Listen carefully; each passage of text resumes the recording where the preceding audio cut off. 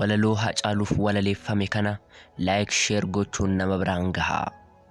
Akkam sitti tolee bakka jirtu sanatti nu kunoo si eegnaa bakka jirru hundatti. Hacee koo si dhabnee waggaa tokko guunnee irreecha baranaas si soqnee si dhabnee.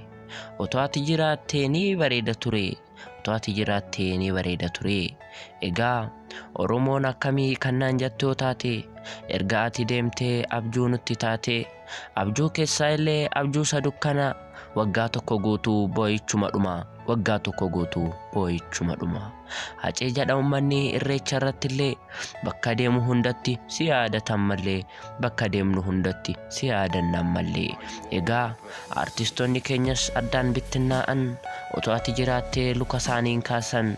Mootiin artistoota hasuma yaa Hacee koo, ati deemnaan kunoo mootii dhabaniiru.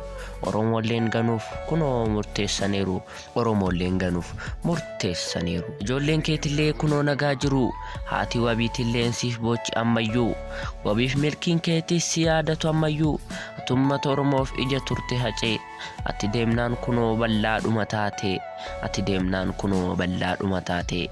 Egaa haa ta'u kaanutti wayyaa'eera, bilisummaa jennus itti dhiyaanneerra, bilisummaa jennus itti dhiyaanneerra. Ummata kanaafis waan goote argine, garuu nagaatti siin jechuuf carraa hin arganne, nagaatti siin jechuuf carraa hin arganne.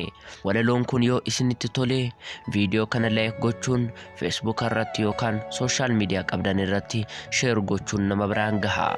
Namooleen channel Oromoo Media subscribe hin goone subscribe gochuun maatii keenya ta'a isiniin jenna. Viidiyoon keenya guyyaa har'aa kana fakkaata.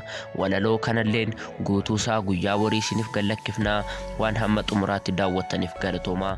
Horaa bulaa, isin jaalladha.